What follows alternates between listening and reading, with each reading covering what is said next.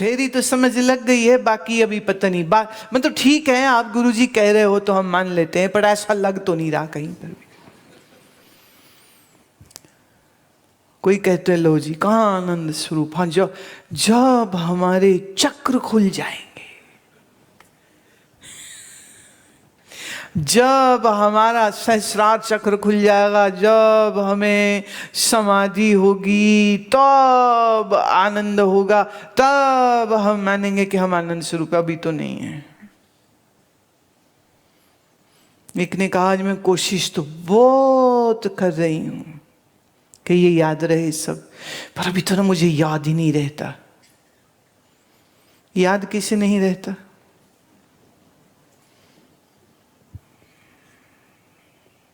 तो बुद्धि के याद रखने ना याद रखने से आप काहे परेशान हो रहे हो?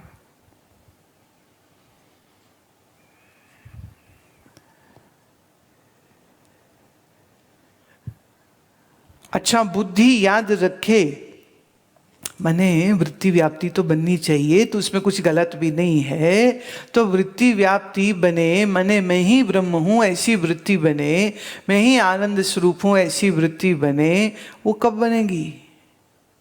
इसमें सिर्फ एक ही कंडीशन है। चलो दो बात कह देते। एक, अभी के अभी समझ लो। दो, जब निर्विकल्प समाधि होगी ना तभी समझ लगेगी। बहुत लोगों के चित्त में यह बात आती है, कहते जी ऐसे तो सारी समझ लग गई है, पर जब हम वो ऊंचा वाला जीवन जिएंगे, वो जब हम बड़ी समाधियां लगाएंगे, तब हमें ज्ञान हो गया, हम ऐसा मानेंगे। भाई तुम, if you wish to postpone it please do it, but there is no need. मेरा होना मुझी को स्पष्ट है कि किसी और को। दिक्कत बस एक है, शरीर और मन की आइडेंटिटी को इतना पक्का करके रखा है कि इसलिए 1000 बार सुन करके भी शरीर हूं ये भ्रम जाता नहीं, और मैं क्या हूं ये 1000 बार सुनने पर भी फिर मैं ही लगती, मन बुद्धि भी मैं ही लगता है, अपना आप फिर अस्पष्ट लगता है। तो अभी मन बुद्धि के जो प्रॉब्लम्स हैं उनको थोड़ा ठीक करने की जरूरत है। तो वो चाहे तो सुनते सुनते ठीक कर लो,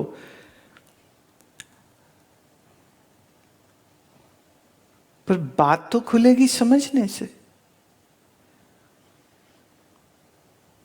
अच्छा, गलत अभ्यास जन्मों जन्मों का, शरीर में, मन में, बुद्धि में, यही तो प्रैक्टिस है तुम लोगों की।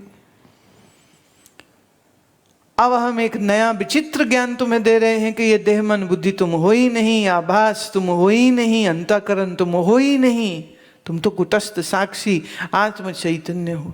अच्छा, हमें तो पता ही नहीं था। तो अब पता लग गया ना कि नहीं लगा? तो आत्मज्ञान हुआ है या नहीं हुआ है?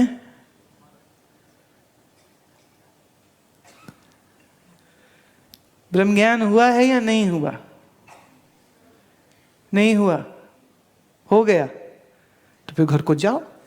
तथा ही अयम घट इति घटकारा अकारिता चित्तवृत्ति अज्ञातम घटम विषयीकृत्य तद्गता अज्ञान निरसन पुरस्सरम स्वगत चिद आभासेन जड़म घटमपि भास्यति।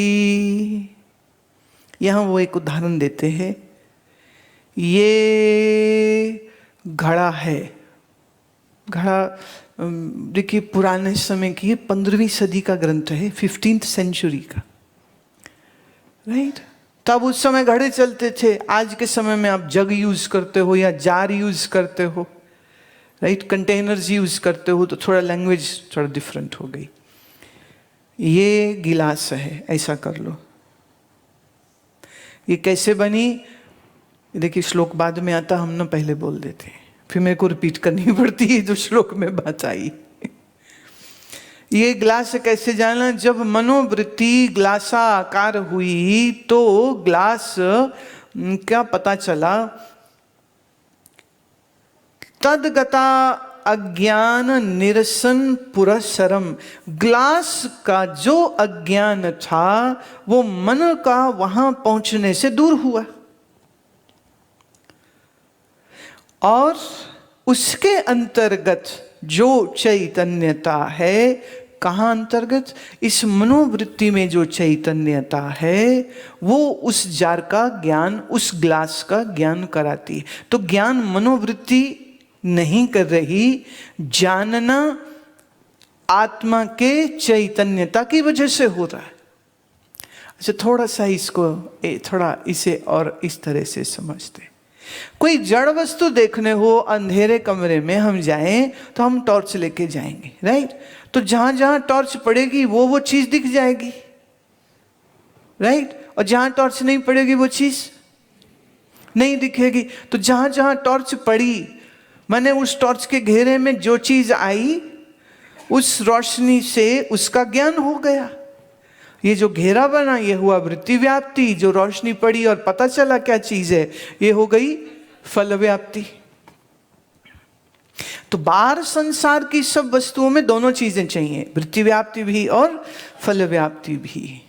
ये मन बुद्धि के लिए भी है, ये शरीर के लिए भी है, पर अपने आप पर फल व्याप्ति तो चलेगी नहीं। ज्यादा से ज्यादा चलेगी तो आत्माकार वृत्ति बनी तो आत्मा का जानना हुआ। जानना ज्ञान, जैसे बाहर गिलास का हुआ। अब गिलास जड़ था, अच्छा उस जड़ का आधार चैतन्य है कि जड़ का आधार भी जड़ ही है?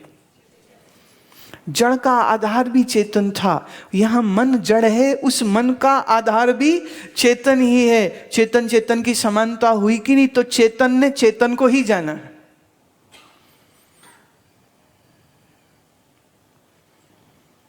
चेतन ने चेतन को ही जाना है। जहां कोई चेतने आधारा तहां न दृष्टा हो वही न्यारा, विचार सागर का ये दोहा है। जहां आधार होवे चैतन्य, वहां किसी अलग दृष्टा की जरूरत नहीं है।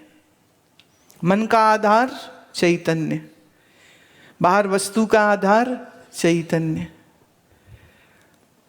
तो जो जानने वाला है वो ही जाना भी जा रहा